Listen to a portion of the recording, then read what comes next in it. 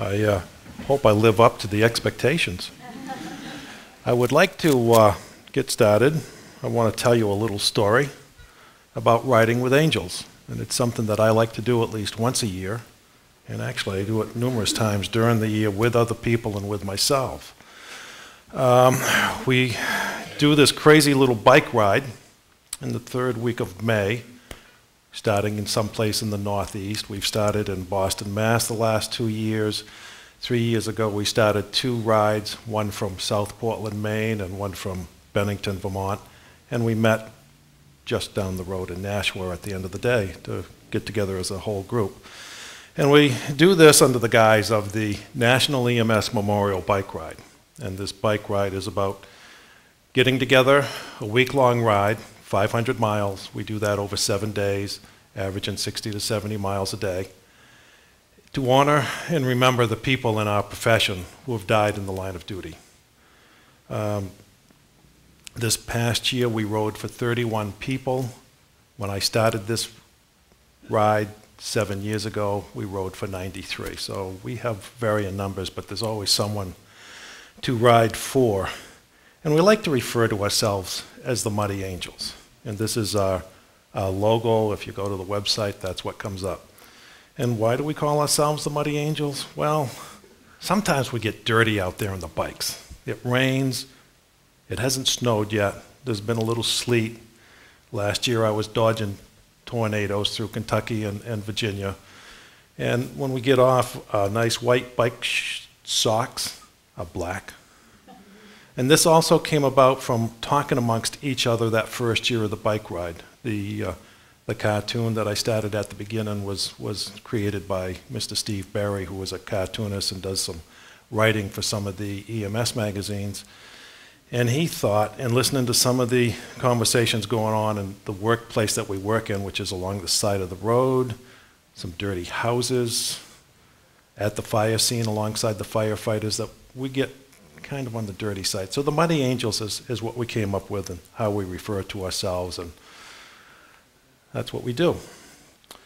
So I got involved with this, as I said, 7 years ago. 7 years ago, my friend and I, Mr.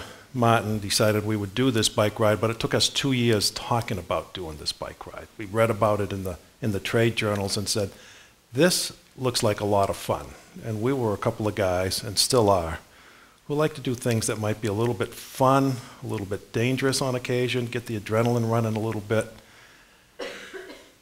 And if it's, something that sounds crazy, we're usually there. So we started, we finally, after 2 years of talking about it and talking ourselves out of it, we've just said, this year we sign up, we do it. We signed up, and then we started letting the mind play games on us. Are we going to be able to ride 500 miles? Living in the Northeast, we don't have the opportunity to ride before the bike ride in May to get a lot of training miles in. And then we got thinking, we're going to go to New York City, and we're going to meet with all those New York paramedics and firefighters. Those are the big guys. We're from Little, New Hampshire. Are we going to keep up with those guys? They're probably world-class athletes. Well, let me tell you, when we got there, they were shaped just like me. We didn't worry about a thing. And by the end of that first day, we had bonded, and we were all friends, and we were swapping stories about work, things we'd seen. We were swapping stories about kids and grandchildren. That's how it got to be. What I have found on this ride, you meet people. The first year I rode, there was 17 of us. Last year at the end of the ride, there were 130 of us. You get to know the people that you ride with. You become family. You listen to their stories of what brought them out for the ride. And they listen to yours, and it's an underlying theme that they're there for someone they worked with, knew in another town, or just it's the right thing to do. So some of the reasons why we ride to raise awareness. I have a room full of people here, and if I asked any of you how dangerous do you think the EMS profession is, I would probably get 2 or 3 answers, and hopefully one would be, maybe it's dangerous. It is dangerous. We go into situations where there could be a domestic dispute going on, and we're right behind the police officer when we go in, so we got that nice barricade in front of us, and I've learned to run faster than the police officers on the way out, which is served good purpose on a couple of occasions. We work on the side of the road where traffic goes buzzing by. They don't like to give us much room. We find that other drivers on the road create quite a bit of problems for us, and most of the incidences that we run into are usually because of other drivers making a wrong lane change, being inattentive, and causing some sort of accident. This is from 2 weeks ago in Florida, where a tractor-trailer made a lane change as the ambulance was trying to get to the hospital. There was a loss of life in this from one of the EMS providers. We ride to remember and honor. The gentleman in this picture right here is from Washington Heights, D.C. We rode into Washington Heights Station 5 years ago, met this young man, his family. His brother worked for D.C. He worked at Capitol Heights. He was killed in an automobile accident on his way home from a training session that he had been in, and it really was hard on the family. And that's one of the things that we deal with a lot out there, is meeting with the families, going through different ceremonies and talking to the families and letting them know that there are people here who still remember them. We advocate for national warehousing and tracking of loss of life, close calls. There is nothing at the national level that tracks that. So from year to year, we really don't know how many people have been lost. We advocate for safety standards. We look for loss of duty death benefits. There are 24 states within the United States still that don't have any loss of duty death benefits, life for EMS providers. And this is something that we work on individually in our states at the local level, and we also work on this at the national level. And we've created this little thing called the Muddy Angel Fund, that when we raise our money every year, we donate it to the Muddy Angel Fund. We've become a 501c3, thank you, I'm glad someone's keeping me straight, nonprofit organization. And with this fund, our hope and plan and goal is to be able to help families who don't have the financial backing to get through the first few weeks after they've lost the main breadwinner, the person who brings home the paycheck, make sure there's food on the table for the family, for the children, help with the bills that could be coming in until other assistance can be brought into it. We are all out there, and I've alluded to this a little bit, we're all riding for a reason. And the reason that I ride is, for me, it's the right thing. When I first got into it with my friend, we just thought, it's going to be a lot of fun. And we're going to be out there riding because people died and we want to remember them. By the end of the first day, like I said, we realized it was much more than that. And we're all riding for a reason. We ride for these people every year that we go out for. We put placards up at every rest stop we go to, at every ceremony we go to. We have a reading of the names of the people that we're riding for. Sometimes we have a little bell that we ring with us for the reading of each name. We meet with the families, we talk to them, we let them know that we care.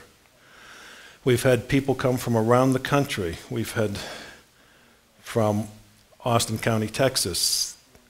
The Austin County EMS bike team came up in 2007 was the first year they showed up. They've been with us ever since. They were riding for Mr. Eric Hansen, who lost his life on a ride back from the hospital after he had dropped off a patient. And when the tone goes out that there's an ambulance involved, you can just imagine, with loss of life or injuries, you can just imagine the gut-wrenching that's going through the rest of the EMS community when they hear that. And everybody from a wide radius will come to help. The person Steve, who did the cartoon, came and rode for his partner that he worked with for many years. She suffered a back injury on the job. She suffered for 5 years before she finally succumbed to that. His first year was my first year. We've become close friends. We ride together every year now. And he came to remember her.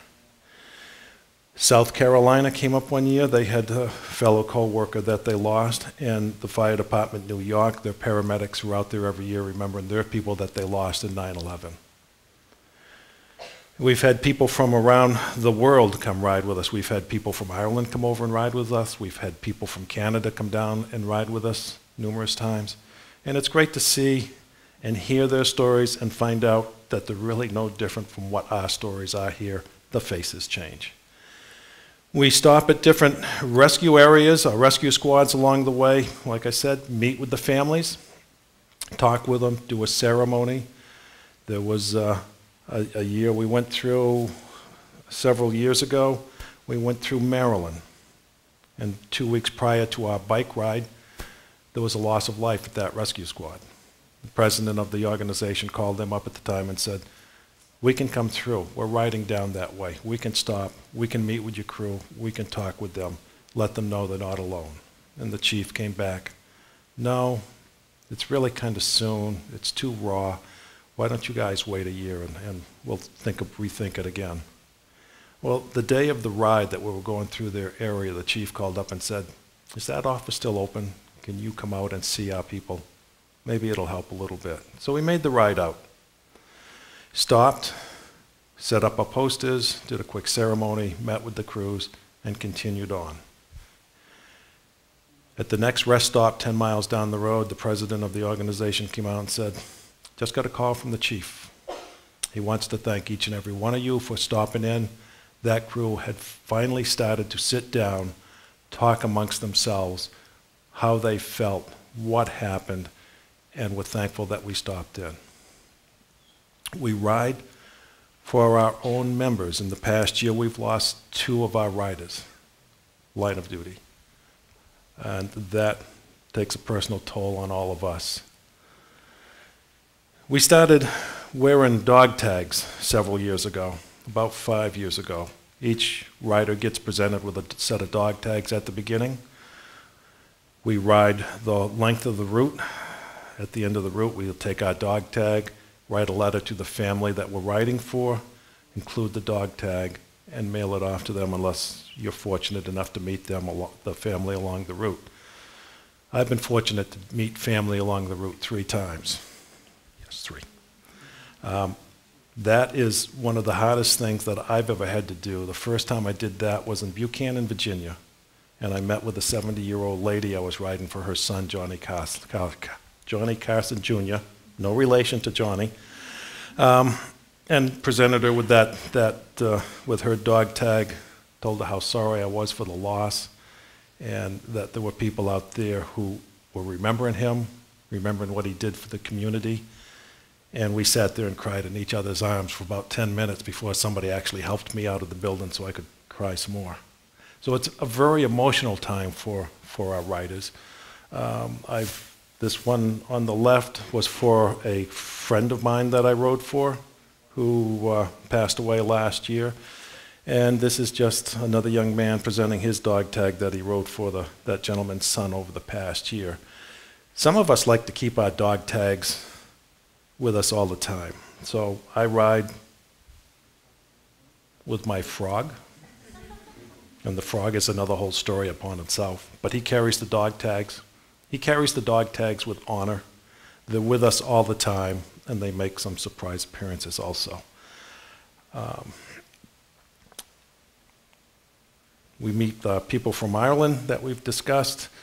When we first started this bike ride, it was from New York City to Roanoke, Virginia. In Roanoke, Virginia at that time, they were doing a National EMS Memorial Service. There is an organization for the National EMS Memorial, and at that time it was on Memorial Day weekend in May. So we'd take our bike ride the 3rd week of May to our end point, and at that point, we would stop and stay at the Hotel Roanoke, gather, and go to the memorial service the day after we arrived. 3 years ago, they have moved that EMS memorial to Colorado Springs, so we have changed our endpoint to Washington, D.C., which has moved our beginning point out of the Northeast, like I said, and we do our own ceremonial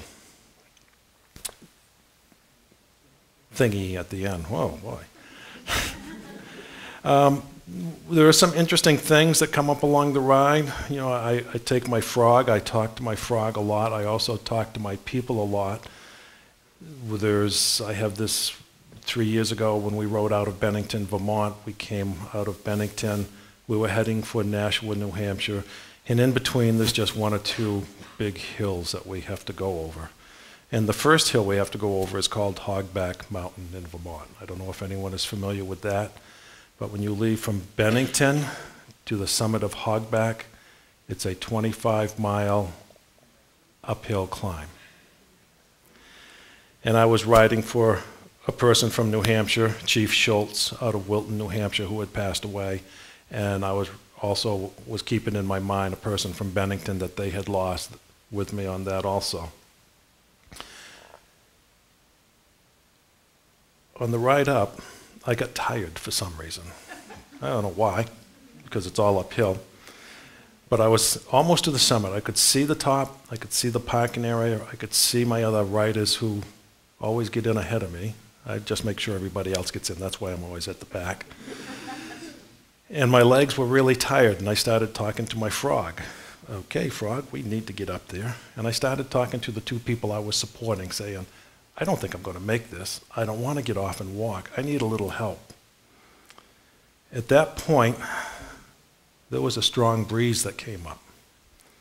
And that breeze was strong enough to push me up the rest of that hill. I know that's hard to believe, but that's the honest to God's truth. Last year on my ride, I decided I wanted to try the Kentucky route. During the week of the bike ride, that third week of May, we run two routes. One's out of the Northeast. There's a second one that comes out of Kentucky, and we meet outside of Washington, D.C., and ride through the city together. I decided I needed to do something different, so I'll go to Kentucky and ride. That was a smart choice. I was the only rider for the first 4 days till two other people came out and joined me. It was like a crowd. But my first day out, my first stop, we were having a little talk, chatting with the crew that was there, having a little snack. Noticed this young man walk outside, and I'm talking to the chief of the organization. I said, where'd you go? And he came back. He had a tough day yesterday. He's only been an EMT for a month. He had a pediatric code. He lost a child. I said, oh, well, I've been there. I went outside, leaned up against the ambulance. He's smoking a cigarette. And all I said was, tough day. And he just opened up and started talking. Shouldn't have happened. I have a child that age at home. I don't know what to do. And we talked for half an hour just back and forth before people realized we weren't inside where everybody else was and started filtering out.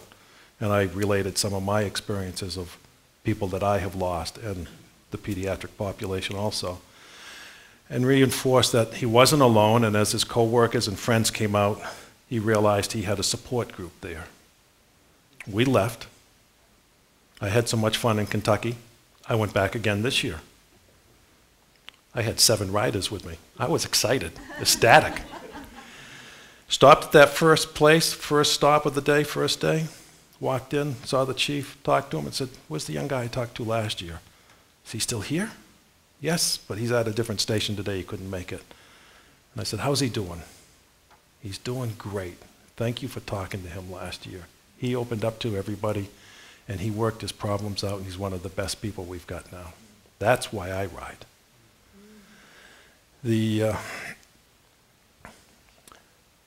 I'm going to leave you with this.